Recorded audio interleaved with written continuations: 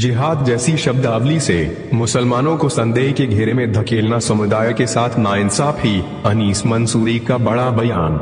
मौलाना महमूद मदनी के हालिया विवादित बयान ने मुस्लिम समाज में नई बहस छेड़ दी है। इस पर पसमानदा मुस्लिम समाज के राष्ट्रीय अध्यक्ष एवं पूर्व मंत्री अनीस मंसूरी ने बेहद तीखी प्रतिक्रिया देते हुए कहा कि जिहाद जैसे संवेदनशील शब्दों को बार बार सार्वजनिक मंचों पर उछालना मुसलमानों खासकर पसमानदा समाज की असली समस्याओं को धुंधला करता है और माहौल को अनावश्यक रूप से तनावपूर्ण बनाता है।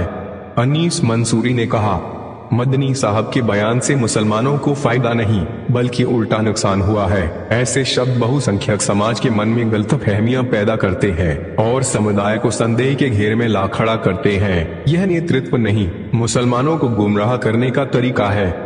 उन्होंने यह भी कहा कि मुसलमानों की वास्तविक चुनौतियां रोजगार, शिक्षा, पसमानदा मुसलमानों का सामाजिक आर्थिक पिछड़ापन, सरकारी योजनाओं में बराबरी की हिस्सेदारी, इन पर मौन और सिर्फ विवादित शब्दों पर शोर करना समुदाय के साथ नाइंसाफी है।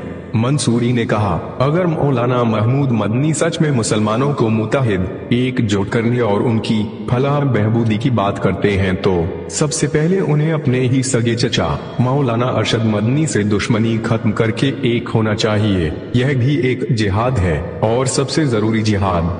उन्होंने कहा कि जब परिवार ही बटा हुआ हो तो पूरी उम्मत को इकट्ठा करने की बात व्यावहारिक नहीं लगती। समुदाय को भाषणों से नहीं, सही नियत, ईमानदार कोशिश और अपने कर्मों से संदेश दिया जाता है।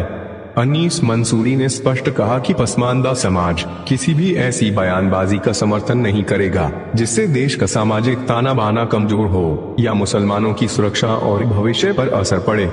उन्होंने कहा, भारत संवाद, साझा संस्कृति और संविधान से चलता है, न कि भड़काऊ और गलत समझ पैदा करने वाली भाषा से। मुसलमानों को चाहिए कि ऐसे बयानों से दूर रहें जो बिना वजह समुदाय को निशाने पर ले आते हैं।